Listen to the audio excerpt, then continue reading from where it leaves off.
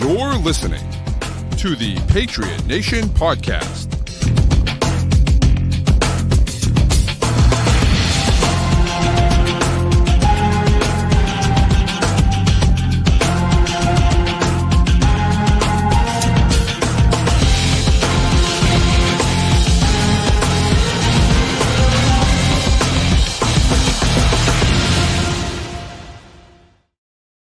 All right, welcome into another edition of the Patriot Nation Podcast, a member of the CLNS group of podcasts. Make sure you get on there and subscribe and download all of the stuff that we do. Ton of great channels on here as well. So, but tonight at Patriot Nation Podcast, we are Pat Lane and Matt St. Jean, of course, joined by the great Thor Nystrom. He is the NFL draft analyst over at FantasyLife, and he's here again for I think the fourth or fifth straight year.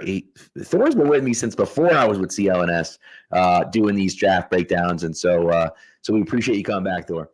Good to be back. Yeah. Sorry about the time mix up, but we're on and excited to talk about some Patriots draft picks today. We're here, man. That's what happens with time zones. Sometimes the times get messed up. It is what it is. You know what I mean? Yeah. So, all right, let's just dive right into it. Let's dive right into it. We got to get into the Patriots draft because the Patriots A's and B's all over the place, and Thor Nystrom C+ for the guys out there. Not quite as negative as Felger and Maz with the F, but what is your rationale behind the C+? And I think maybe we can talk small picture first, and then get to the full thing first, or get to the full thing afterwards. But I'm just curious, and I love the way that you do the grades, and I think that's really fascinating how you do the grades, and there's a very methodical way of doing it. You're not just making things up, and so that's one of the things that I really like about and respect about the draft, about your draft grades, because it's different than the way a lot of people do it. Yeah, and appreciate that. And just speaking to that, the way that I do it is I start out the draft grade process, right when it gets done, the last pick, I run an ROI type, my numbers. I'll get the pick equity spent for each team, 1 through 32, and then talent acquired. And the way that I do that is just like you have point values on the slots for trade charts, for instance, I do the analogous spray down of those points on my 500 big board to give those players a qualitative value as well. And so then, you get those things, and then I come up with an ROI thing, and that's how I started out. And then I get team specific as I go through with the classes, writing those things up and thinking a little bit more of the holistic thing and needs met and trades made and these sorts of things. And so I'll modulate them up a bit from there, but that's sort of the baseline. And then for people that aren't familiar with my grading out there, I do it over a curve. I believe that if your worst grade for any of the 32 NFL teams, it's a B-. It's really hard for the audiences to tell what you actually think of the classes. And so for me, that is keeping myself accountable. And what I mean by my grading over the curve is I have 2 A+ every year. I have 2 Fs, and all the grades are evenly distributed from there, between those two things. And so in my methodology, a C+, that would be for what other graders is a B+ or an A-. That for me is literally an above average draft class. A C, if you see a C in my grades, you are right in the middle of the NFL. I have ranked your class 15th, 16th, 17th. And the Patriots obviously above that. So for the NFL, an above average draft class for the Patriots, why didn't they get higher? And my methodology, it's primarily the first pick. I was on board with them almost every one from there. There's a few in there that I absolutely loved. I did disagree at the first pick, and that obviously it's juice at the top of the board, both what that pick is worth and then accompanying on my board, what my values of the prospects are. So I would say that's probably the biggest discrepancy. But despite that, still saw the Patriots as having an above average draft class. Yeah. Go ahead, Matt. No, well, first of all, Thor, I think when you came on the show last year, we had a little bit of a back and forth because I was a lot higher on that class than you were. You have definitely been proven correct on that. So far. You win that one. I think we're going to see a lot more eye to eye on this one because I think, for Pat and I was definitely the lower one on Will Campbell. I think there was a lot to like, but for me, the statistical production of pressures allowed was just not in keeping with what you see with a top 5 tackle? I don't know where did Will Campbell land on your board? I ended up having him 13th and I overall, right? And I listed him as tackle 3. Honestly, I really wanted to make him OG 1. But I felt that was disrespectful before it happened because he is a really good player. And so just more or less out of respect for him, I listed him as a tackle. But I'm here to tell you, he ain't a tackle in the NFL. They're going to try him there. He ain't playing there in the NFL. You hit on it right there. He wasn't a great pass blocking SEC left tackle, right? I mean, he was good. He was good. He was just good. But what are the limitations there? It wasn't his technique, right? It wasn't his understanding of depth or anything like that. There are matchups where you get trump carded. And when they kick him inside, I'm curious to see when that happens. It's coming. It is coming. Those limitations will evaporate. He is going to be a very, very good NFL guard. Respect. I comped him to Steve Hutchinson. The comparison there, as far as the frame, the athleticism, the lack of wingspan, etc., lines up real close. And I think that's the kind of player that you're going to have on the inside. I just didn't see him as a left tackle, but I think he's going to be a very good guard for a very long time. So then here's the question, right? And I'm curious what the rest of your board looked like, right? And who else was there. But let's just hypothetically say, let's say that you're right, and Will Campbell is a guard. Yeah. And he kicks into left guard. What does he have to do to make that a decent pick at left guard? Get enshrined into Canton one day. Yeah. Yeah. I mean, because you're looking at, and of course it's obviously a very different situation, but Quentin Nelson gets drafted, 6th overall? Yeah. By Indianapolis. And nobody is questioning that pick. Right. Sure. People may have questioned it at the time, but nobody is questioning that pick, right? Because he's that good that you're like, okay, it doesn't matter. You drafted him 6th overall because the kid's incredible, right? And so I agree with you is that Campbell has to be a perennial all-pro guy, in order to live up to the draft stock. Now the question is, can he do it? Can he be an above average left tackle? And I think if he can do that, then you look at it and say, okay, listen, here's the thing about, and Matt and I went back and forth with Membu, but Membu he's not a left tackle, was not a left tackle, is not a left tackle, will never be a left tackle. Yeah. So to me, he's off the board if you're the Patriots at 4. You can't take the guy at 4. Agreed. And so if that's the case, all right, he's out. And then Kelvin Banks is the next guy. And I am not sold that Kelvin Banks is a tackle in the NFL either.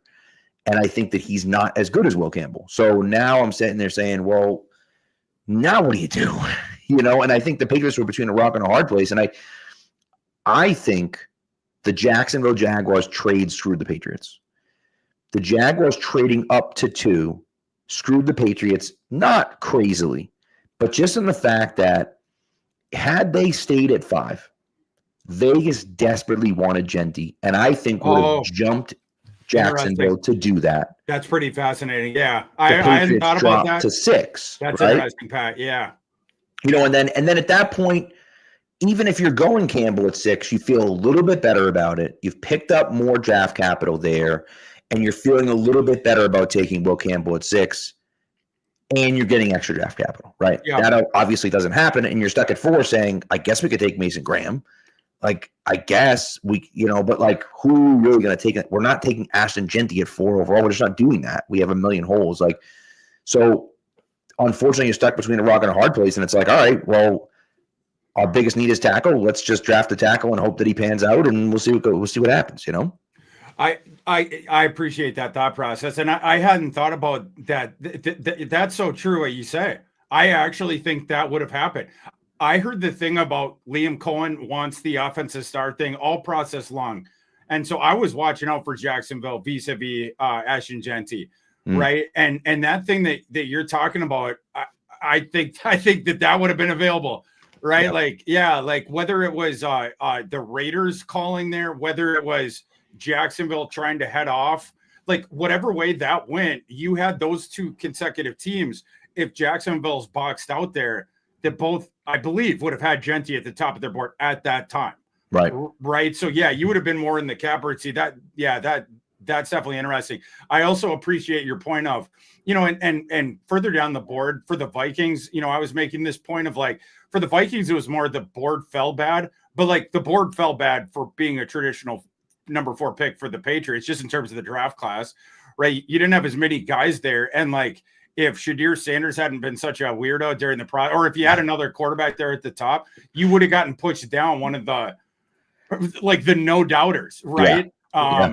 And freaking Joe Milton. Have fun in Dallas, Joe Milton. God. I won't even get into that. That scars. But yeah, like I totally appreciate your point of the spot you were in.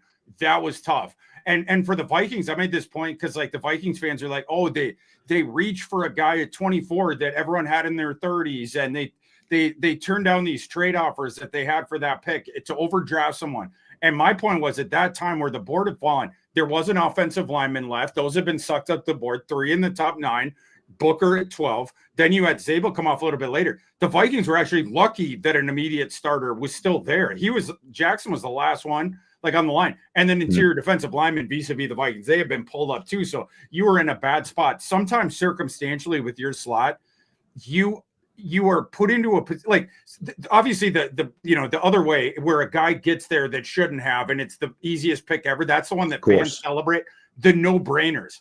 The harder ones is where, like you said, you're stuck between a rock and a hard place. What are you going to do there? You trade out of there.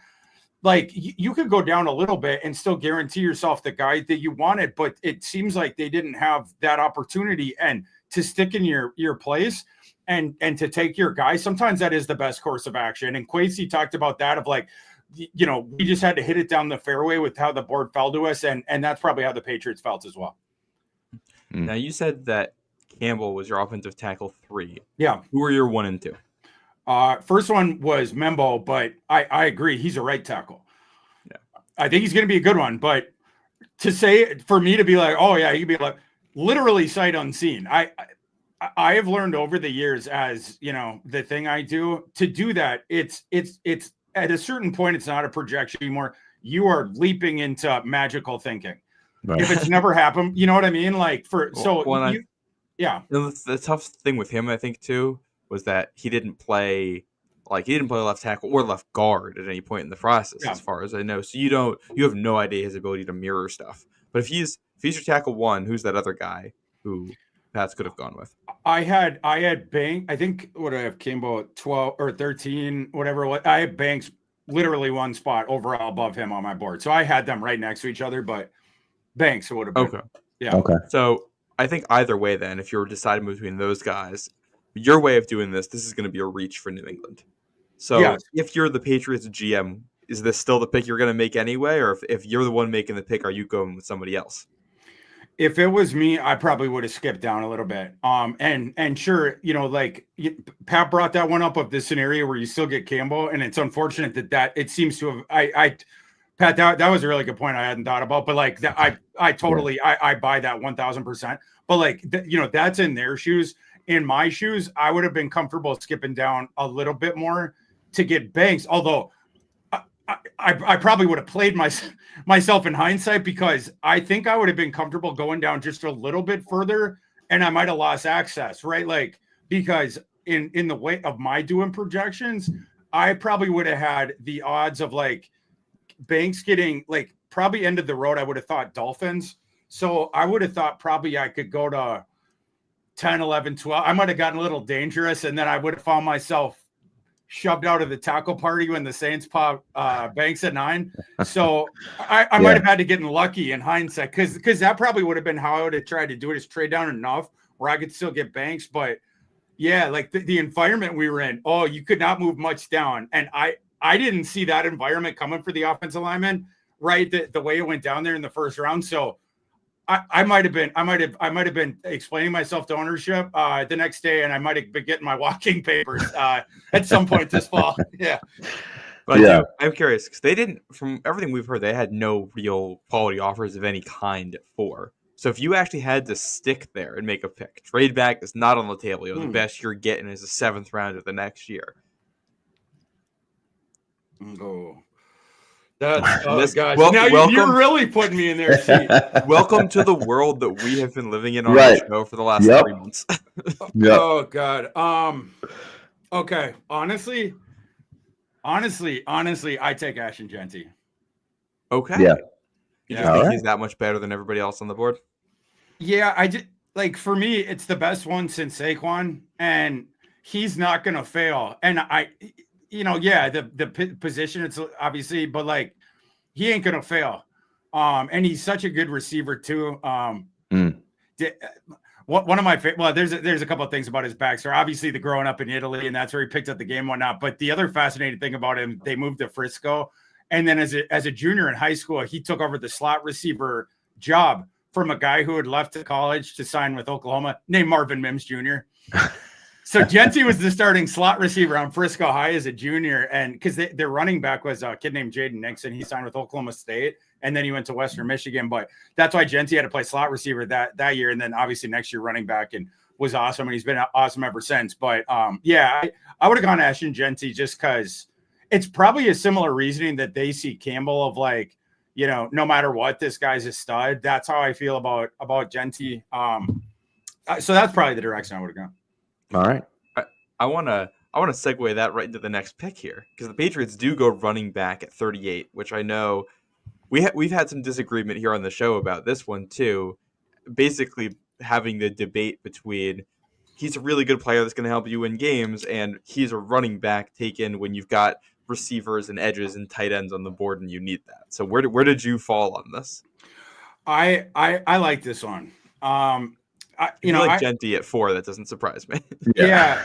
And for the awesome fit it is. Travion, we saw that his game played up per snap basis when they had Judkins last year, and then you stay healthy for the 16 games. They made him a bell cow true freshman year, out 5-star recruit out of Virginia. Bell cow immediately at Ohio State, was awesome. But then they kept trying to do that, and the next 2 years totally wrecked by injuries, right? And so then last offseason, they had the inspired idea of, let's go out and throw a bag at Quinshon Judkins, and he can take the dirty work stuff, and then we'll have Travion saved and juiced up for the higher leverage stuff, right? Travion, it's not like I don't think like his durability concerns. It's he's not like Mr. Glass. It's more like he plays the game different than you would think. Just knowing his game. Like he's like a athleticism back, receiving downs, and you think of him as like he's not finesse at all, right? It doesn't fit with sort of that profile. He is fearless, that guy. Like I comped him to Reggie Bush. Like stylistically, there's a lot of similarities there. Reggie might be a little bit faster and a little bit more explosive. If so, it's not by much. Travion's way more physical. So that's the difference there. Like, I just like that comp, but there are slight differences there. Travion, he loves contact. That's why he's such a good pass blocker. He's also a good run blocker. I don't know how much this is going to be used in the NFL, but Chip Kelly loved the thing with both the backs there, fake it one way, and then Will Howard would go around the other way, trailing Travion, who was about to decapitate a linebacker. That's just how it went down, right? And then the pass blocking, I love his vision for it.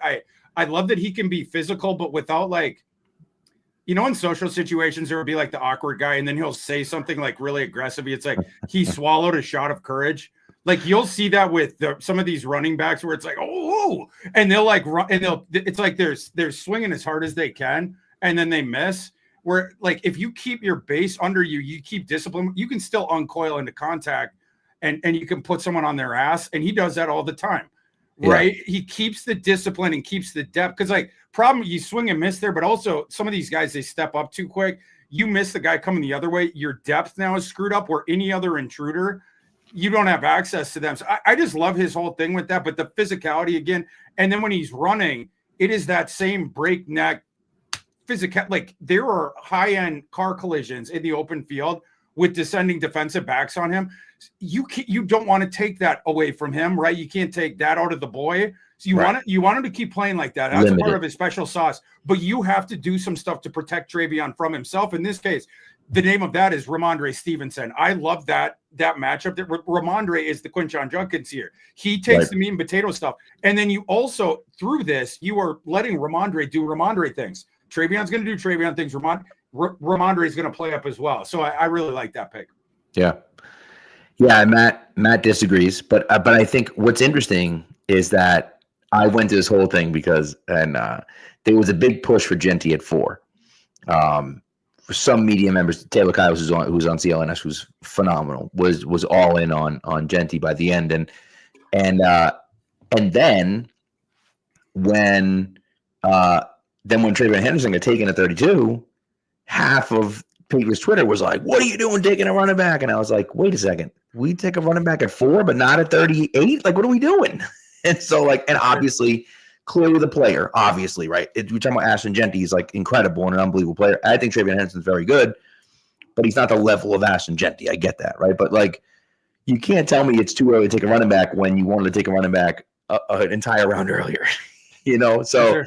But anyways, I agree with you 100% on that. I think the Henderson fit is going to be awesome for them. Robert Kraft, for the love of God, said that they needed a speed back. He said they needed a speed back. And so when the owner's out there saying they need a speed back and the head coach is out there saying they need a speed back, I think they kind of think they need a speed back. And they drafted one at 38, and it ended up working out for them. That's how I feel. Yeah. And again, that's stylistic. You didn't want to go into another year with Ramondre, and you were going to take someone to try to complement with him. I'm cool prioritizing Travion because he might have been the best stylistic compliment to him that you had in this class, right? You didn't want Quinshon Judkins. Quinshon Judkins, it's a superfluous. They're not the exact same, but their skill sets are way too similar. Travion was your guy for that. So Caleb Johnson would have been another guy, superfluous skill sets with Ramondre. You got the right compliment guy there. Yeah. Now, I know some of the other guys on the board that we were interested in on the show, like Luther Burden, Nick Scorton, the edge from Boston College. Yeah, Ezaraku. Oh, yeah. Ezaraku. Ezaraku. And then personally, I was a Mason Taylor fan, and not everybody was on board with taking somebody like him that high. If you're the GM for the Pats there, are you landing on Henderson even with all those other guys on the board, or would you have gone a different direction? It would have been hard for me to turn that one down because of how cool that compliment is. And then it's not always, as you guys know, with draft decisions, it's not in a vacuum, right? Everyone affects every other one, but then it's also the 3-dimensional chess of we want to prioritize a running back, let's say with one of the first 3 picks, right? Well, then with the next pick, which running back could we have gotten if it wasn't here? And if this decision is going to force us the next one to even further pull a guy up, then what have we really won, right? By taking a better value, different position here, but then it forces your hand with the next one. So I think this one I would have taken Travion, but of course with the Genty one, now we're in Doctor Strange reality. Right. Yeah, exactly. Yeah. If they had taken Genty at 4, what are you doing there at 38? If it was, hold on, let me pull up my thing with the picks. So the next few: Luther Burden the third, T.J. Sanders, Mason Taylor, Alfred Collins, Ezaraku. Terrence Ferguson went super early. I couldn't believe that. Will Johnson, even Ariandre Ursary, who we didn't take a tackle now. So would we take Ursary instead? Oh, yeah. Or could you? But I don't think he could be right tackle, Ursary, or guard, obviously, but I don't think he could be left in the NFL. So what's interesting is that I almost look at, in your hypothetical situation, right? Yeah. You had drafted Genty at number 4 overall. Josh Simmons slips all the way down to 32. Oh, that's it right there. That's what you're doing. Up. So you're trading up and trying to get Josh Simmons, right? Or even Josh Connerly, 129, right? That's what it would have been. You would have been, at that point, you're ringing up. What were the teams? Well, we know that 27 or pick 30, probably. Yeah, probably Detroit at 28. In Detroit, you could have picked up free equity and paid that kid less. No, Sorry, Yeah. Detroit. Nobody was taking Tyreek after you there in that first round. So, Yeah. you know what's interesting is Good. that the Rams actually traded back with Atlanta. The problem is that Atlanta gave a first-round pick, and you would never giving up a first-round pick. But the Rams traded back with Atlanta at 26. So, like, theoretically, you could have been that team that traded with the Rams at 26 and given up, say, I don't know, 38 and whatever your second-round pick next year or something like that. Because the Falcons had to move all the way up from, I think they had to move up from like 55 or something. It was something like that. 50.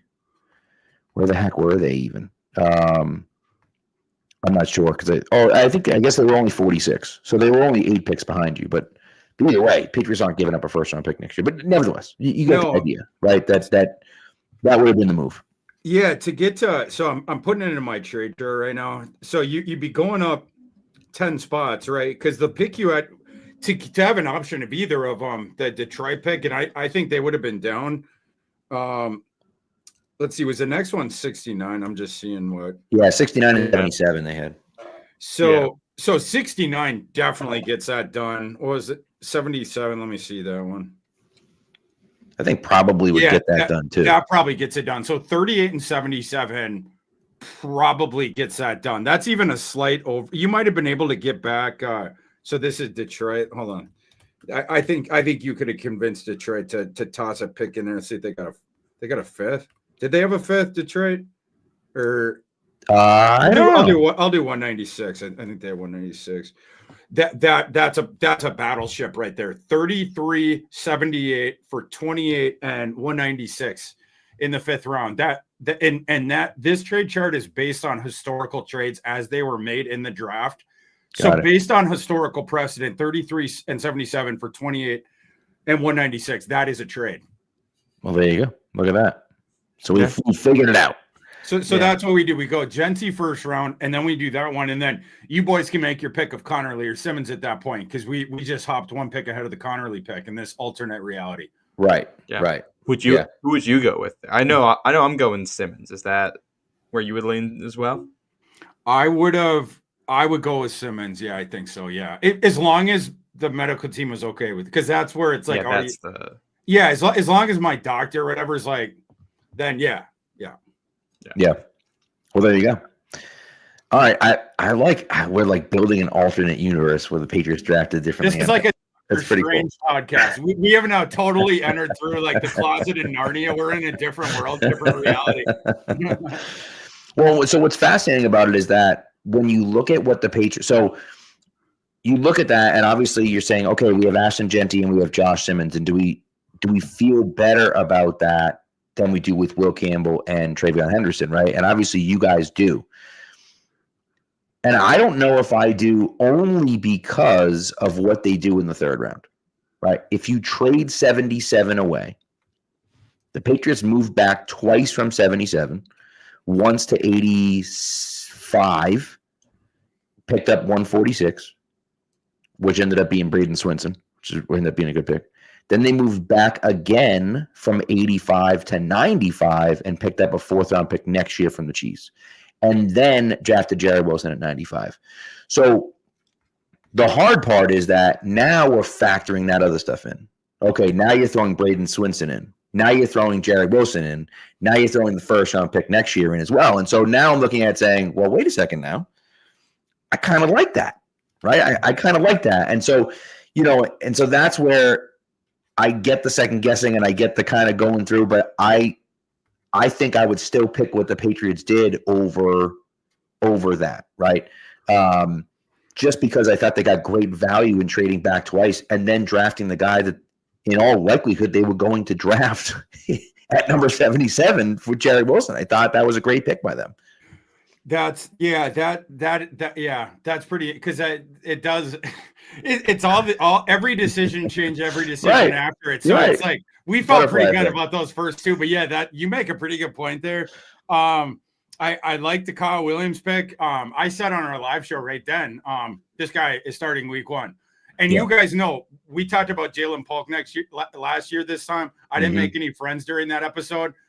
Kyle Williams is starting. I told you guys Polk will disappoint. This time I'm telling you, Kyle Williams is going to be a week 1 starter. Drake, you said, by the way, anyone that wasn't listening last year, Okay. The direct quote from Thor was, "You drafted the wide receiver 3 from Washington over you drafted the wide receiver 3 from Washington in the second round." And I was like, bro, that's rough. And you were 1,000% correct.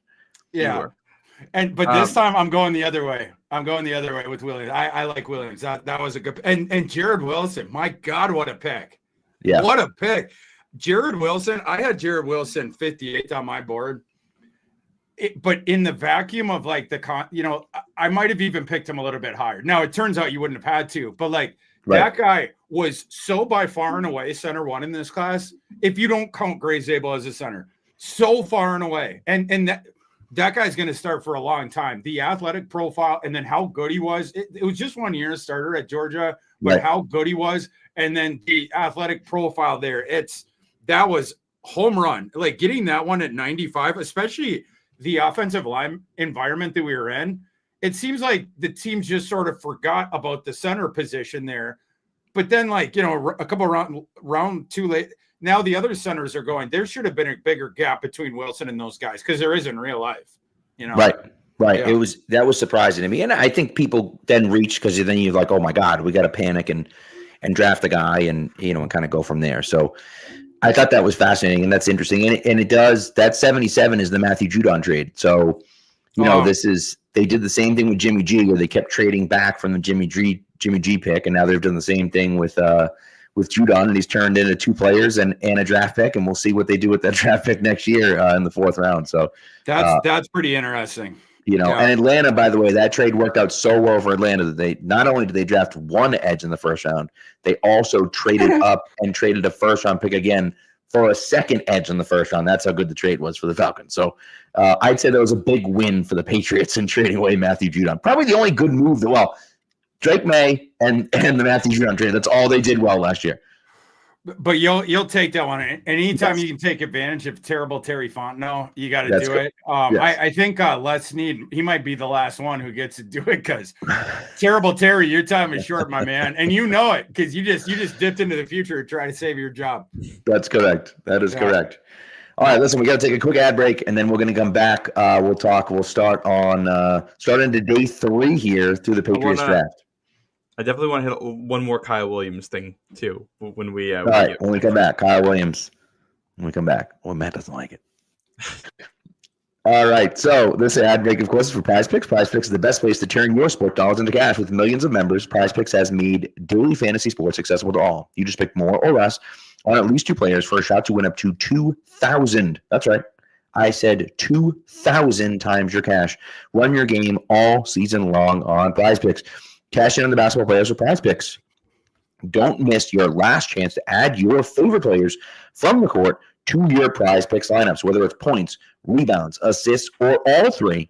Take your pick of more or less for a shot to win up to 2,000 times your cash today. Turn your playoff hot takes into tickets this basketball championship series. Starting with the play-in round, obviously this 1st round, and then the 2nd round as we go through.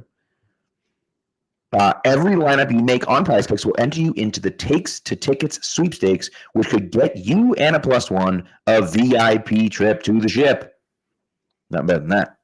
Prize Picks is the best ways to win cash while watching sports. Join millions of viewers and sign up today. And again, they use Venmo, they use MasterCard, they use a bunch of different ways. It's easy to get money in. It's easy to get money out. Today, on Tuesday, Taco Tuesday, right? There's discounts on the board, usually about 15 to 25% off. And on Fridays, it's a Flex Friday. If you win, you win. If you lose, you get your money back in promotional money. Come on now. What's better than that? What are you going to do? Sign up today. Download the app Prize Picks. Put in the promo code CLNS. When you do that and you play your first $5 lineup, you get $50 instantly. You do not have to win that lineup. You just have to play. So, again, download the app Prize Picks. Put in the promo code CLNS. And when you play your first $5 lineup, you will win $50. You'll get, $50 instantly. Prize Picks. Run your game. All right, Matt, you got one Kyle Williams take? Yeah. So I just had a question, really, because I was looking. I I'm assuming they were your wide receiver rankings. I looked up Thor Nystrom wide receiver rankings, and it's what came up. And you had Kyle Williams 18th out of all the receivers in that. Is that correct? By my last ranking, so that one is probably from February. At the end I had him 11 or 12, I think. And where did you have Jalen Noel? Higher than that. 5? No, 6 or 7, something like that. Yeah. Okay, yeah, because that was kind of my thing here. I in a vacuum, I like the Kyle Williams pick. I think there's upside there. I'm not quite as high on him as some others are, but third, fourth round I think made sense for him. Taking him over Jalen Noel was the thing to me that was like, I don't get this. I don't understand how you get to this point in the draft. Like, I had a tier difference between those two. Agreed. That part of it I agree on. Kyle Williams is a good player though. I don't think that one is fool's gold like Polk was, but Kyle Williams is a good player. But I don't know why Jalen Noel fell as far as he did.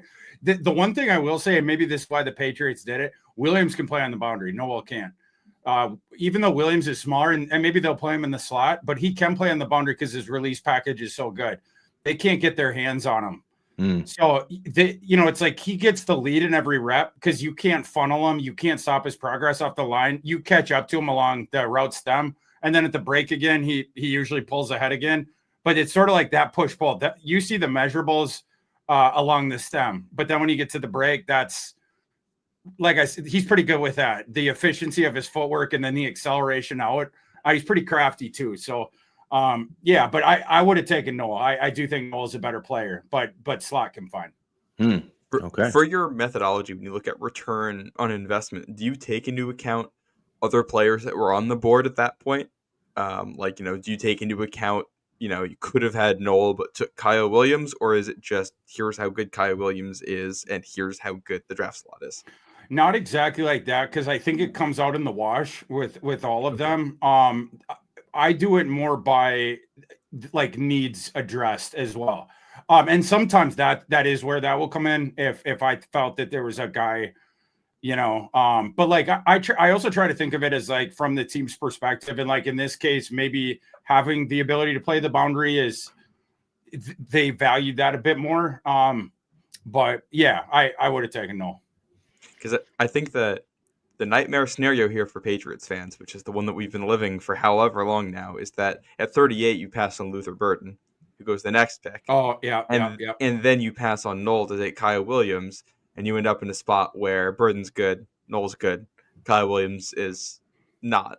And that's kind of, we've been, how many times have we done this with the Patriots in the last decade and a half? So, like, that's the thing where you look at the board, and it's like, man, if you needed a receiver and you pass on multiple guys who were ranked as top 5, top 6, top 7 guys in the class for a guy who was outside the top 10 in a lot of rankings, Yeah, and to your point, like on I had a tough time with the pick. They took him 69. On my board, I had Kyle Williams 99, and he was wide receiver 12 in my last one. Man, again, like his game, and I do think he's going to be starting from day one, and I like the inside-outside versatility. There are limitations, though, right? Like his measurables are what they are. He's not going to be a superstar. I think he's going to be a reliable starter for, that skill set I was talking about before. And hopefully you get a reliable secondary receiver. Starting receiver. That's why secondary option. That's what I think he'll be. But yeah, like Noah, that's a fun game. And I guess it's because they didn't want the slot confined guy, but they're projected starting slot right now. Kendrick Bourne, like what, Well, they might Pop put Douglas there. probably, but oh yeah. Well, because they also signed Mac Hollins who can play outside, so there's a world where it's Mac Hollins on the outside with Diggs in the slot and Williams, Polk, Bourne, Baker, whoever you want as the flanker. Yeah, I see that. Yeah. Someone asked this, and I thought it was just I wanted to get your take on it. So the wide receiver run that the Patriots kind of started right at 69, and it goes Kyle Williams, Isaac Tesla, who I friggin' love, but like at 70 is wild. And then Pat Bryant at 74 is like, what in the world was going on? And then of course, Jalen Noel goes a few picks later. Say that again? That feels like it might be like that tier to me. I feel like we might look back on, not maybe exactly the same way, but when you look back on the 2019 class, you see like JJ Arcega-Whiteside and like Paris Campbell or whoever it was, and then the kid there was another kid in there, and then it's DK Metcalf, and you're looking at it, you're like, what in the world was going on here? I would not be shocked if there was a little bit of that looking at that stretch. For sure, yeah, and I love Tessa too, Pat. He was like my boy all spring. He really opened my eyes to the senior when I watched his tape. It was interesting because I talked to him down there, and it was like, you just ask him like a general thing of like, what does this opportunity mean to you? He took that question, that softball, and went really deep with it. Yeah. He's like, a ton. He's like, they overlooked me the whole way. He's like, to get here, I had to get the scholarship at Arkansas. And he's like, and then that was a bad situation because they had like hockey line rotations kind of a thing. And then he didn't say this, but their quarterback's not a great thrower. So it was help. Yeah, like he's a big kid and a great athlete, but he's not a great thrower. And so there was that. And then because of that, he gets overlooked with the All-Star games. He had to go and prove it at the Hula Bowl. Then he gets pulled up to the Senior Bowl. He proves it there. And then the testing was insane on the kid. He 6'3.5" or closer to 6'4", 214, 993 RAS. That kid can play. And I don't think he got the chance to show it those last couple of years as much, but I was one of the highest in the media on him. I had him 112, and they took him the pick after. And like I said, that was crazy bullish. If you look at my board against the media's, had Williams 99. The Pat Bryant pick, I didn't really get that one. I will say that was another guy I talked to at the Senior Bowl. He makes you believe. He makes you believe that he's a great kid. And like, it's like talking to him, it's like, oh, he's like, it's not going to be his decision if he doesn't make, like, he's going to give you everything he's got. And it's like a lunch pail guy. He blocks for you. He's reliable. It's like that sort of a thing. And they'll like having him there. But like, felt pretty aggressive for, like, you talk about cap ceilings. He's just not a good athlete. Yeah. So like some of those guys, in comparison, I definitely would have taken Williams over those guys. Noel obviously being the exception, but I don't know why those other teams took those guys over Noel either. Doesn't make any sense to me. Yeah. When I do think it's worth mentioning this too. The Patriots had Kyle Williams and Jalen Noel both in for top 30 visits. So possible that something from that is what was your deciding factor there. Yeah, could have been. Yeah. So let's get to day three. Day three, the Patriots bring in Craig Woodson at 106 overall. This one I was like, who? They had stuck kind of with consensus. They had, and obviously had reached a little bit on Kyle Williams, but consensus wasn't too far off. And then you just, they take a big reach for a guy. And I didn't understand it. I have heard some good things since. Jeremiah is super, super high on this kid, loves him. And was talked glowingly about him before the draft, and then of course has done it after the draft as well. But it's that one definitely surprised me. I don't know where you had Woodson in your rankings, but I would imagine it wasn't at 106. No, I had him 149, and my cliff notes on him would be really good player, smart player, fluid player, but older and the athletic limitations. So for me, at the end of the day, it was someone to me that projected as a good long-term backup. And that's why it's like a, how do you say, high floor, and lower-ish ceiling kind of a thing. Yeah. So it definitely was not swing for the heels thing, but maybe with that pick, they just wanted a long-term roster cog, and he's definitely going to be that at least. And maybe he can, prove to be more than I'm saying, but like at least you have an embedded floor there. Well, what I think is interesting is that, I don't think he looks crazy athletic on tape or anything, but his, his testing at the combine was pretty good. Which I think was one of those where we found ourselves looking back at it like he's got incredible PFF grades for his play last year, and he tested incredibly well. And the age part isn't great, but it also, like, for a position like safety that's mental, you expect, all right, maybe he's experienced and can step right in. We were looking at that and saying, all right, why was this guy, 196, 197 on the consensus board? Yeah, and he did the 4.45. That was definitely faster than I thought he'd run. So tip your hat on that. I did think it was interesting. He skipped the agilities, those ones. I think the way they do it, everyone does, because you have to like come back at night for it, right? Yeah, and I guess he did hit those at the pro day, but yeah, it was a better profile for sure. It's especially, like I said, especially the speed. But yeah, like solid player. I don't question the floor. I think probably my discrepancy with them would be where we peg that ceiling. Yeah, that's a good point. All right, so I think we talk about these two guys together because I think that it makes sense where they drafted them. Patriots had 144 and 146 after that initial trade down. They picked up 146. They move up from 144 to 137. They take Joshua Farmer from Florida State, D tackle. And then at 146, they take Braden Swinson, edge from LSU. The majority of the people in the media, these are their two favorite picks, the Jared Wilson one, and then these two, where you look at it and say both of these guys were considered very good players. They were considered significantly higher up the draft board than where the Patriots got them, and that they can basically step in and be contributors day one. And so do you see it that way, Thor, or do you have some different grades on them, or how did you feel about this? Yes, I agree. I agree with all that. And I was shocked that both of them fell as far as they did, in particular Farmer, because of the environment we were in with interior defensive linemen. I was just pulling it up as you were talking. I believe if I'm doing this right, he was the 17th interior defensive lineman taken, at least by my designation of interior defensive lineman. I had him 7th. I don't understand in this environment where all the ones are getting pulled up. I didn't understand why he was the exception.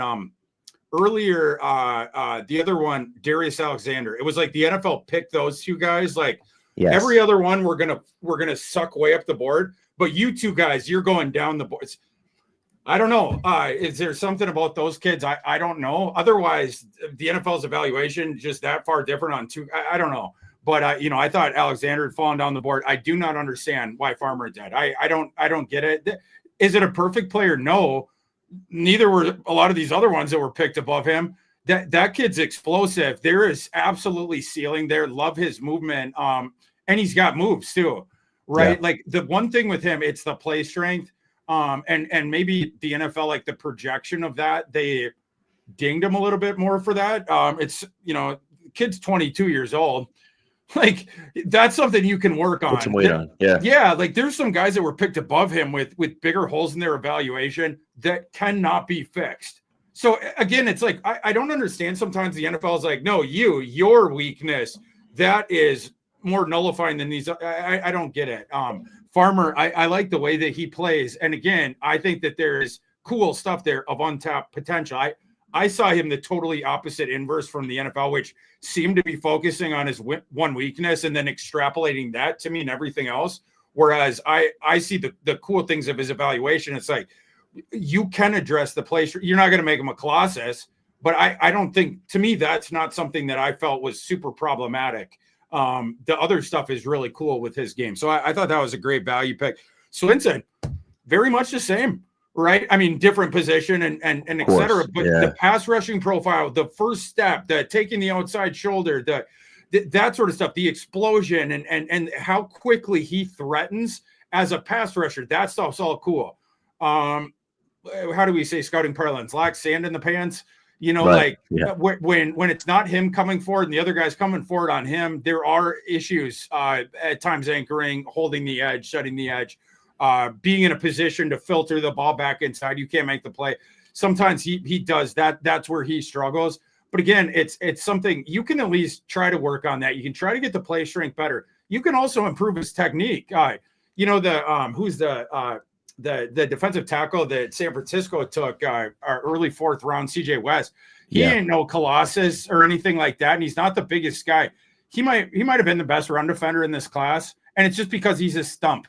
He sticks his legs in the ground and you cannot move him. 2 men cannot move him. He will muck up any of the concepts inside. It's just a traffic jam every time, right? Like that is in part a technical thing. He's got some strength in the trunk for sure, but there are techniques. Can we any of the technique stuff there to try to hold your ground for Swinson? There are things that you can do with that, but the pass rush thing is real cool, right? Like in this edge class, I knew that there was some depth there there was going to be a guy, a couple guys that get pushed down a little bit further. I was surprised that it was Swinson. There was guys in the media higher on Swinson than me. But even, once you get into round 3, certainly any point beyond that, it's like, why hasn't this kid gone yet? So, yeah, great picks, both those. Yeah. Well, I think Farmer is a guy, when you look at having Barmore and Milton Williams already on the roster, too. As the third defensive tackle in that rotation. Now we're talking, baby.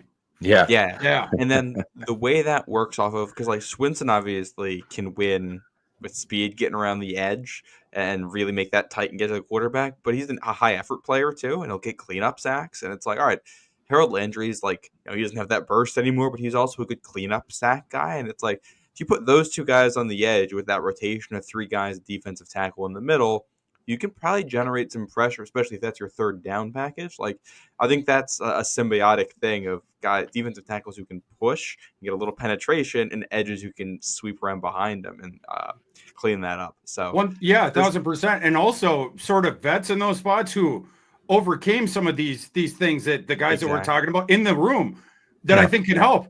Harold Landry, pretty good teacher there. As far as what we're talking about for Swinson, right? Like, and Milton Williams would be a great mentor for Mr. Farmer. So, it fits the profile. I think we're working with something there, boys, for sure. Yeah. Which I do want to take a step back here, because we talked about this before a little bit, but I'm curious. We're talking about this Patriots defensive line, and the name that's not coming up is Keon White. I'm just curious if you have any thinking here. Like, when we're describing this style of defensive line play, I'm not really sure where a player like Keon White fits in. Yeah, we'll see. Right, like, he was a weird evaluation coming out. And I hope Keon White ends up making it. We'll keep working with him. But yeah, like, he's the other guys we were talking about, like step brothers. He's sort of like the third wheel a little bit. Well, he's a 4-3 edge, I think, and like, I don't know how many 4 down fronts they're gonna have, or at least with that type of player on the outside. That I agree with. Yeah, it's a weird fit, because I agree. He should be a 4-3 defensive end. And I like him with like the new defensive coordinator, Terrell Williams, because if they're bringing that Lion style of things, I think Keon White fits that really well. If they're doing what the Titans did under Mike Vrabel, I'm not so sure. So that's what July, August we're gonna find out. Yeah, we gotta figure something out there for sure. Yeah. Do one more ad break quick, and then end of day 3 in UDFAs. Yes, I think that's a good idea. Let's do that. Yeah. So we gotta get that in here. We're gonna talk about game time here. I got the Celtics going on right now. If you're trying to get to an NBA playoff game time is going to be the service for you, especially Celtics looking at second round matchup with the New York Knicks. You are not going to want to miss that. And with last minute deals, you can save up to 60% off buying tickets for Celtics, Knicks in the second round, any other sports, concerts, comedy, theater, whatever it is. If you're trying to get last minute tickets, Game Time is going to be the spot for you. They also have zone deals. They've got all-in pricing, so the price you see is the price that you're going to pay. No surprise fees at checkout. They got seat views, so you can see a panoramic view from your seat in the app before you buy. With Game Time ticket coverage, your purchase is covered by the most flexible customer service policy in the ticketing industry. So if you're trying to figure out when and where you're going to get to see the Celtics this playoff run, Game Time is going to be what you want to use. Take the guesswork out of buying tickets with Game Time. Download the Game Time app, create an account, and use code CLNS for $20 off your first purchase. Terms apply. Again, create an account and redeem code CLNS for $20 off. Download the Game Time app today. Last minute tickets, lowest price, guaranteed. Now you mentioned the NBA playoffs. The Milwaukee Bucks just lost to the Pacers. Series over. They were up by 7 points with 40 seconds left in overtime and lost the game. It's hard to do. It's hard to do. So, anyways, all right. I don't think we really need to talk about the kicker. I mean, I guess we can talk about the kicker. Best kicker in the draft. There you go. Look at that. There you go. So, what makes you say that? Borgas is good. He's automatic on the extra points, and then the 40 to 49, 5 for 6 last year, 4 for 5 the year before, 4 for 5 the year before, 4 for 5 the year before. This is what an NFL kicker looks like, kids. I mean, like, I don't always, you have to take kicker if you're going to take one. Borregales is the one in this class. That was your best kicker in this class. Well, there you go. How about that? Joe Milton, by the way. Joe Milton responsible. 171 was the pick from Joe Milton. They traded back to 182. When they traded back to 182, they also picked up 228, which they then traded for those two meaningless picks at the end of the seventh round. Joe Milton responsible for the entire operation of the field goal down with the long snapper and the kicker. So so there you go. So how about that? By the way, that was my favorite trade of the entire weekend because I had made in my mock draft 6.0, I had made a trade just like that because I had two guys at the end of the seventh round that I wanted to take, but I couldn't fit them both in there. So I just made a meaningless trade in the seventh round to get two picks instead of one. And the Patriots did exactly the same thing, and it just made me laugh. I love it. It was completely unnecessary. It's just like, what are you doing, dude? I love those the transactions too. Like with the Vikings in this class, the fun one was I think it was the 142 hole. They ended up trading it, and over two trades, they turned 142 into Sam Howell, who will be a cheap backup QB2 this year, and then 201, 202. So it's always kind of fun what you can do with the transactions with those. Yeah. Day three picks. Yeah. Yeah, you you follow the breadcrumbs. You're like, oh my god, there's like all these things, So, Yeah. but all right. Thor, do you have any long snapper thoughts here? Not on the. I didn't. That kid. I didn't see too much of that kid. All right, good. Yeah, that one. Yeah, I hope they got a winner there. Well, they've cut Joe Cardona, so let's hope so too. Yeah. All right, the last guy is Marcus Bryant. He was the left tackle for Missouri, not the right tackle. Obviously, played on the opposite side of Armand Membu. I think he's just, in my opinion, I'm curious what your thoughts are. Obviously, it's a seventh round pick. They're not like, but big kid, has a ton of experience starting. And so you bring him in and just see if he can be, that swing tackle for you, and be kind of a backup. You're not, this guy isn't starting, but to be a backup, I think would be nice, Yeah, worth a shot. With the measurables there, 6'7", 320, and 89th percentile size adjusted athlete, and then you have the experience at left tackle as well. You like that combination? He plays high. That's and can you eliminate? There's a lot of hip stiffness with him. The athleticism's good, but can you get him into leverage any better? Can we work around that? He's obviously not going to be a left tackle at the next level. Can he be a right tackle or at least trust his depth there? That's my only thing with that. Can we work on the leverage at all? But yeah, there are projectable tools there, and it's a guy with experience at left tackle. Yeah. Well, he doesn't have the most burst either, so I think speed rushers at the next level would probably give him a real issue. Yeah. It's sometimes two left feet with the counter moves as well, which is something on the boundary.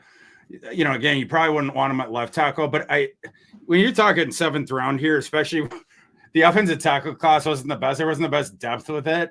I'm not going to argue too hard with taking that flyer. Right. Yeah. Right. Yeah, that's kind of how I feel as well. It's not, it's not one of the. It's not. I'm not super excited about it, but I think it's good. You get a guy with some size. So, yeah. All right, let's get into this UDFA class because I'm excited about it. I think they got some interesting guys. We talked about them a little bit off air, but Lan Larson, who is, you called him a poor man's Dylan Lobby, which I thought was a great way to describe him, and so. I was excited about that, and then the other one is Efton Chisholm, and he just seems to be like the perfect guy for the Patriots system. Just not super fast, but quick as all get out, and and can get open quickly.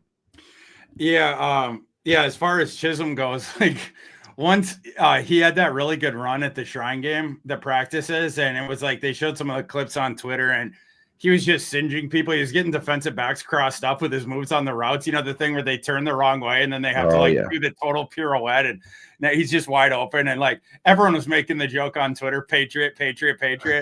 If that kid didn't go to the Patriots, we got to investigate something. That kid was born to play for the Patriots. Congrats, kid. You found your destiny. And then Larison, hell, who knows? Maybe you run into one, you get Danny Woodhead, Right. I mean, that kid, he's got one trick, but it's a pretty neat trick. He's very skilled catching the ball. So that's where you evoke Dylan Lobby. He's never going to be the best runner on his roster, but he got a shot to carve out some pass down stuff. I mean, we'll see what he can prove in camp. Lobby himself was not impressive last year, as you guys know. So we'll see. But yeah, like as far as catching the ball, it's a valuable skill in the NFL, and the Patriots, that organization has used that about as well as anyone in the past. You go the past 20 years. So hopefully he can carve out a role there. It is a fun game. It's possible he's a quadruple A player. If it doesn't happen for him here, what's the USFL or whatever? He's going to dominate there. That other, isn't it USFL? Yeah. I was UFL. Now, UFL, right? Yeah. He'll be dominant in the UFL if it doesn't work out for him in New England. Yeah, he's just going to be destroying strong safeties and slow-footed outside linebackers. He'll be doing the wheel routes with him and all these sort of things. Yeah, that's fun. That's fun to think about. Two other guys I want to ask you about because they're tight ends, and I think that they have one of these guys has a legitimate shot to make the roster.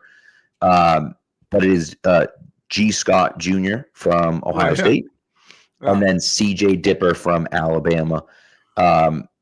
Two guys that I like. Of course, G. Scott made a switch from wide receiver to tight end a few years ago. So very different players, I think. But guys that I think could potentially make the Patriots roster. Yeah, Dupree. That he's got I had him higher in my rankings, and he's more projectable as well. He's a good special teamer. That's a pretty solid one. He kind of last year, one of my top UDFAs he was an awesome special teamer, and Washington signed him, and I was like, that kid's sticking on the roster. He's stuck on the roster. His name was Colson Yankoff from UCLA, but it was like he was like an H back, but he was an awesome special teamer. It's like that's the kind of guy that sticks. Like Dupree, I think he's probably sticking. Because you can project the physical package as a receiver. They got work to do with him, but like you do see flashes with him, and then the physical attributes on that kid is good. 6'5", 256, 871 RAS. The athleticism, it's good on that kid, and he can play inline too. So again, as a receiver, you got to work on that because there's catch point things and there's some sloppiness with his routes, but at least there's stuff to work on. G. Scott, we were just talking about quadruple A players. My supposition is that he's probably one of those. Him and Lan Larison are going to be on the same UFL team in a couple of years, just dominating people. It's going to be awesome. But G. Scott, you're in the NFL. You want to become one of those H-backy guys, right? Maybe a homeless man's Harold Fannin, if we're sticking with a guy from this class. And can he prove that he is skilled enough to do that? I think it's going to prove because the burden of proof for you at that point is pretty high, right? Because you're going to be yanking a slot receiver off the field. You got to be pretty good. I think he's going to fall just short of that threshold and probably be a UFL star, like I said, but it's an interesting ball of clay because we know what that role is. And that is certainly fillable if he proves that. But yeah, I would definitely, Dupree would be that's the guy I'm putting my money on, the horse in my stable there. Oh, well, there you go. I think that's interesting because they drafted Jaheim Bell last year, which is a pick we liked. Athlete, good value. I'm not sure how he fits into the Josh McDaniels world, and we didn't really see much from him last year either. So that battle for tight end 3, I think, might actually be pretty interesting. And then different position, but they did. I don't know if you know. Losing on the depth chart. Oh, Brock Lamp. They signed as a fullback. Oh, okay. I don't know how much you know about him, but we know Josh McDaniels loves a fullback, and I wouldn't be surprised if he's their only fullback right now, and he might just make the roster because of that. Yeah, well, that'd be good, and you have to have someone for that. He didn't end up making my position rankings, but 6'1", 244, 6'6", RAS for out there. So I mean, it's a hammer for you if you can carve out the roster spot for him. He's gonna. CJ Dupree, he's coming for all these fools. Yeah, CJ Dupree. Yeah, he's got his little sickle, the Grim Reaper. Yeah, and you see all the doors, and then it's Dupree.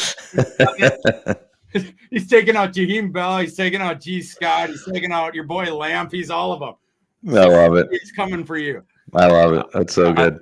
I was watching Braden Swinson, just refreshing myself with some of his tape earlier, and against Bama, Dupree had he had a seal on him on a touchdown run for Jalen Milroe. So I was like, all right, here he is against the guy who people had as a top 100 player at edge, and he's making some decent blocks out there. I have a college football show in the fall, and it's like 90 minutes live, and we talk, we do like the betting, but me and the guy I do it with, we love to punt off names, and it was CJ Jermaine Dupree during his. So if you guys want that, that's yours. Jermaine Dupree. If he's on the team, listen, this whole training camp, that's CJ Jermaine Dupree. We're in. Yeah, I love it. Also, one other guy I want to give a shout out to, I'm sure was not in your stuff, but because he played in Massachusetts, Hector Johnson from Endicott, DN from Endicott. The measurables are off the chart as far as the skill, the agility stuff is wild. He went to the Holy Cross Pro Day and just blew up the Pro Day. The problem is he's like 5'11", 220. And so there's just no way he can play edge in the NFL. But he did get an invite to Patriots rookie minicamp. So good for him. I just can't imagine at that size he's going to be able to do anything on the edge. Maybe he'll switch to fullback or something like that. I don't know. But either way, I was pumped to see an Endicott Gall getting a Patriots rookie minicamp invite. Yeah, he missed my position rankings too, but 7-7 Raz. So yeah, I mean, like, he's a little jitterbug guy. Yeah. So congratulations, kid. I mean, you got your shot. So let's see what you got. Yep, pretty cool. So all right, non-Patriot specific, and obviously everyone knows you're a Vikings guy, but who did you think had the other or the best drafts? Who were your A's? I looked at it and I forget who your A's were. So who, and you don't even have to say your A's if you don't want. Just who were the guys that you looked at and you're like, oh, these guys crushed the draft. My 2A, I went through my grading methodology before. My 2A pluses this year. Ravens, get another one. Every year, Ravens. Yeah, my thing, it's A-, A, or A+. And again, it's like I try to do it with the quantifiable metrics, so it's not just like, but like the Ravens always, when I resort the sheet, they're always at the right there at the top. It's clockwork. This year, the other A+, I have, in my time doing this, have very, very rarely seen this team at the top. It was like, whoa, the Giants. Yeah. A team that desperately needed the transformative draft. They may have gotten it here. The Abdul Carter pick was obviously Sage.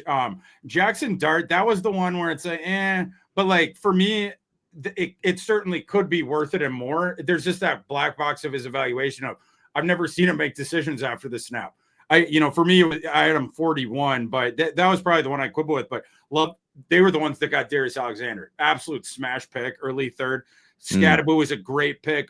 Marcus Mboa from Purdue. Thomas Fedone, I don't know how he dropped to the 7th round. I was ticked off at the Vikings for taking Gavin Bartholomew over him. I didn't get that. Maybe Fedone, he at the beginning of his career, he tore each of his ACLs freshman year, then sophomore year. And it's one reason he was a top tight end recruit in his class, but he didn't get going until his third year because that I wonder if his medicals were just a little bit worse than was let on. It doesn't make any sense for him to, but like, they were good. Good draft there. Well, there you go. How about that? I like that. How about your Fs? I think you had mentioned the F, one of the Fs at least, but some of the, and it's hard to say worst drafts, but like the drafts that you looked at and you're like, ooh, I don't get it. I don't see the vision. The two Fs I had were the Lions. And as I put in my thing, there's been a lot of Brad Holmes drafts where I didn't get it and they turned out to be good. So he's got another shot to prove me wrong here, but I definitely did not get this one. Tyleek Williams, you can't draft that guy 28. What are we doing here? It's a run stuffer. Interior defensive line, like great. It's a cheap resource to acquire. You didn't have to give that pickup for it. Tate Rallage, I like his game. I just thought they pulled him up a little bit. We talked about Tesla before. And then their picks after that, I didn't really get them either. Just pulling guys up the board, in my opinion. So they were one of them. And then this hurt my heart because I love Jim Harbaugh, but the Chargers were my other one. Hampton, whatever. I had him 34 on my board. I actually thought he was going to go higher. I thought he was going to go to the Broncos, but in this running back class, I don't know about taking a guy like that 22. They can prove me wrong, certainly. But yeah, like took Trey Harris just a little bit above where I had him. I didn't have a huge issue with that. My bigger issue was the rest of their class. I thought they pulled up Caldwell. I'm not. You were talking about Kennard before. I'm personally not a Kennard guy. That last year, the counting stats on him were insane, but that defensive front they had at South Carolina was ludicrous. Dylan Stewart on the other side is going to be a top 3 pick whenever he comes out, and their defensive tackles are really good. They had the good front seven, the whole front seven, because Manwari was a part of that too, really. They just had this nasty front seven. But yeah, I wasn't down with Kennard. I wasn't a Gadsden guy either. They pounded targets to him, but I just think that there's limitations there. So I was out on that too. So Chargers would have been the other one. Yeah. Well, there you go. And you know what? I thought the Dolphins, I didn't love what the Dolphins did. I think Kenneth Grant's okay. I didn't love him at 13. And I will tell you, I don't know. So the story, and I don't know if you've heard this or not, but the Patriots were saying that at 38, there was a conversation about 2 guys at 38, Travion Henderson, and then somebody that went before Travion Henderson. And so it ended up not mattering because the guy was gone, right? Well, there are some people that think that Jonah Savanaia was that guy. A few different people have reported that now. A few people have reported that. Miami jumped the Patriots to take him at 37, the pick before the Patriots. And I got to tell you, I'm extremely happy that they did, because I would not have been pleased if they had taken Savanaia at 38. I guess it would have been okay, but like, I don't love betting on a guard in that spot. And so I wasn't. But Pat, you took one at 4. I kid.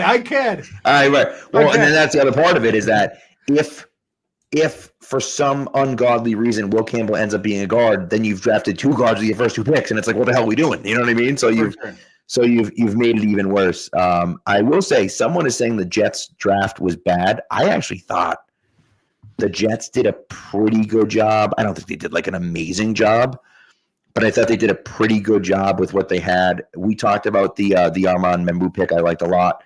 Matt was saying that he loved the Taylor pick. He's a big Taylor guy. And then there was someone else that they got later that I was like, God damn it, Jets. I guess it was Malachi Moore, the safety. I liked a lot at the end. Oh, yeah. So, yeah.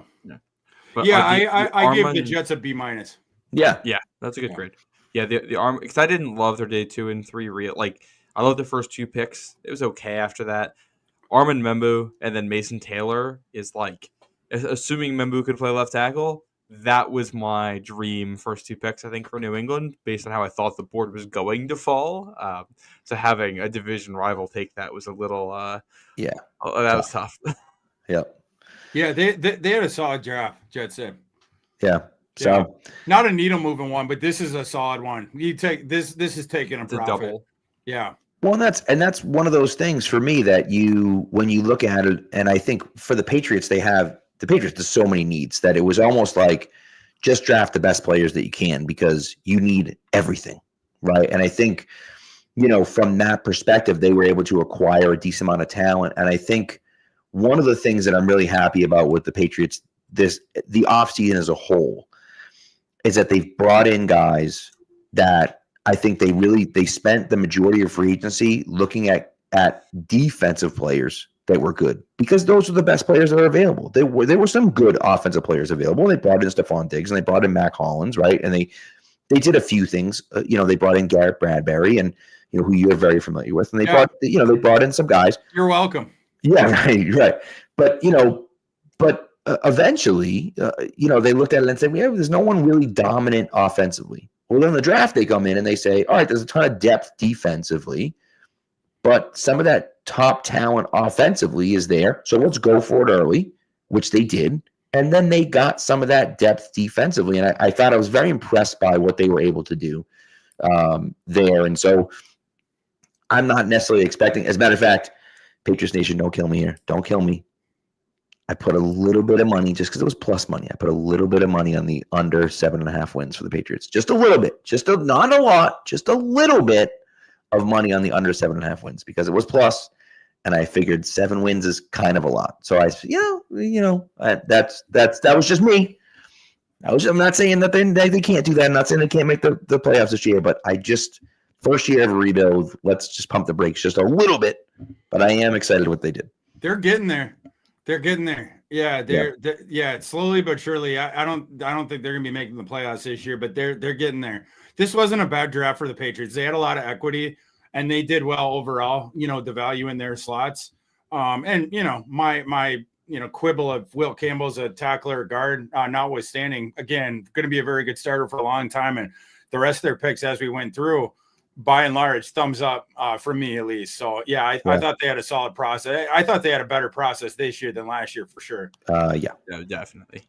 Yeah, and I think I don't know if there's any home runs in this class, but it feels like you might just have a string of singles and doubles here for sure.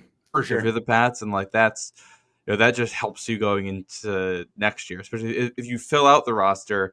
Then that gives you more flexibility to move assets around to go get other guys next year, or make some more moves going forward. Although, if Will Campbell's a guard, they're going to still need 2 tackles, which is probably going to be an obstacle to them making the playoffs until they can really address that. Should be a better tackle class next year, though.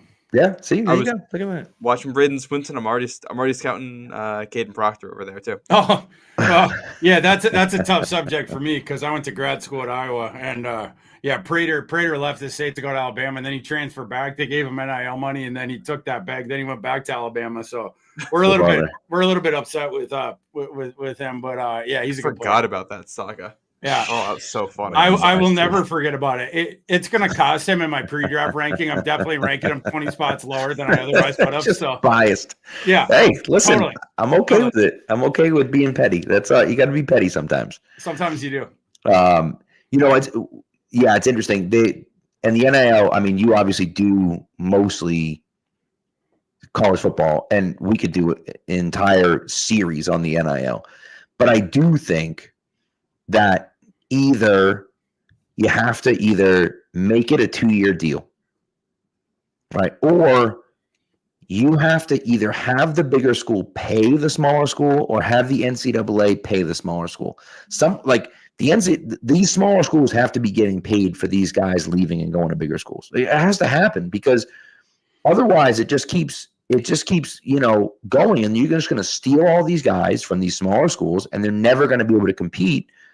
Where it's they need that extra money, right? And so it's almost like I almost look at like a team like the Rays, the Tampa Rays, right? They used to in baseball where they would draft a bunch of guys, they'd be really good with the Rays, and then they'd go somewhere else because the Rays couldn't pay them. You know what I mean? And it's that's just your owner's just cheap. What can you do? But in the NCAA, it's but we're just not big enough. We don't have the money for that. You know what I mean? And so I feel like there's got to be a better way to do it because then you prevent things like that happening where the guy jumps ship to go somewhere else, comes back, takes a bag for 1 year, and then goes back, and you're like, what the hell are we doing here? For sure. Yeah, I think what it is the unionization of the players, and then there will be contracts that they have to sign that go with the scholarships, and then the schools will pay them. And they'll get that in addition to their NIL. But what the schools will get back for that is contracts, employment contracts, and they're just like in regular contracts. There's going to be some sort of length of it, and you might have breach of contract penalties. They might be ironclad, but that's how you protect the schools from that. They're going to have to get to it's the only way that you can hold the players there. That's the only way. You have to make them employees. You have to get them to sign contracts. The NCAA doesn't want to do it because then the institutions are paying out, but you will be getting back more value. It's a pittance. $100,000 per scholarship per year, pittance, absolute pittance. And then you buy, again, some more continuity with your roster. Right. Well, and I would expect with something like that, you probably see I've been talking about this with my friends is maybe 2-year minimums on the contracts type of thing, or, every contract's a 2-year type of thing. And then that gives, schools just a little bit of certainty about what's going to happen, because it's just, for coaches, it's not sustainable to have you have to be constantly recruiting your own guys and in the portal at the same time. It's just not. You're going to lose the talent of coaches because they're going to go to different levels. So they're going to go down to high school or they're going to go up to the NFL. Yeah, for sure. Agreed. Yeah. So, anyways, that's what we got. So, hey, man, Thor, thanks so much for coming on. This is a lot of fun. I'm glad we've kept the tradition alive. Thank you for being here. I know we got a little bit of a late start, but that's okay. No big deal. It was a lot of fun. And thank you for all the work you do. You do a ton of good work, and we appreciate all the hard work that goes into it, the thoughtfulness, I think, that goes into it as well. So, before you leave, give yourself a little plug so everyone can, read you and hear you and see you and everything like that. Yeah, it was great to join you guys again. Always good talking to you guys. You can find me on Twitter at ThorKU, and you can find my draft work at FantasyLife.com.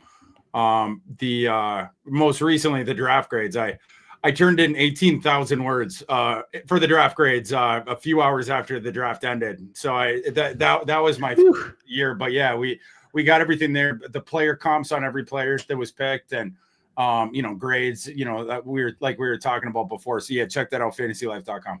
I love it. And like I said, I love your process.